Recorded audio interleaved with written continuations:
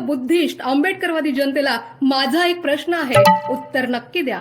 पण याचे उत्तर तुमच्याकडे आहे की नाही हाच मोठा प्रश्न आहे. उत्तर असेल तर द्या, नसेल तर सर्च करा. 14 एप्रिलला बुद्धिस्ट लोकांची प्रत्येक एरियातून रॅली निघते आणि या एरिया वाईज निघालेल्या मिरवणुका जेव्हा शहरात पोहोचतात, एकत्र येतात, तेव्हा लांबच लांब असा आंबेडकरी जनसागर वाहत दिसतो.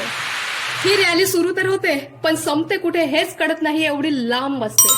मग ही जनसंख्या मतदानाच्या वेळेस जाते कुठे? चला आणखी थोडं स्पष्ट बोलते. मग ही सागर रुफी अफाट जनसंख्या वंचित बहुजन आघाडीला मत देण्याच्या वेळेस कुठे वाहून जाते? का बरं वंचित बहुजन आघाडीचा एकही उमेदवार निवडून येत नाही? याचं काय कारण असेल? उत्तर असेल तर नक्की द्या, नसेल तर स्वतःला हा प्रश्न विचारा आणि उत्तर तयार करा. का बरं आंबेडकरी जनता मतदान करताना आंबेडकर ह्याच नावाची गद्दारी करतात? 14 एप्रिलच्या रॅलीत काय असते? दुसऱ्याचं तर सोडाच, पण आपल्याच बाजूला असलेला आपल्यासोबत काय बोलत आहे हे ऐकू येत नाही. एवढ्या जास्त डेसिबल मध्ये डीजेचा आवाज असतो, फुल व्हॉल्यूम मध्ये डीजे असतो, ज्या अर्थी एवढ्या मोठ्या आवाजात डीजे वाजवण्याची परमिशन ना केंद्र सरकार देत, ना राज्य सरकार देत, ना सुप्रीम कोर्ट देत, ना संविधान देत. पण प्रशासनाचं कोणत्याच गोष्टीवर नियंत्रण नाही.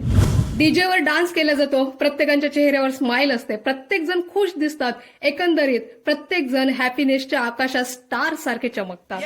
आणि हे हॅपीनेस कशाचं असते? तर डॉक्टर बी.आर. आंबेडकर यांचे या पृथ्वीवर जन्म घेतल्याचं असते.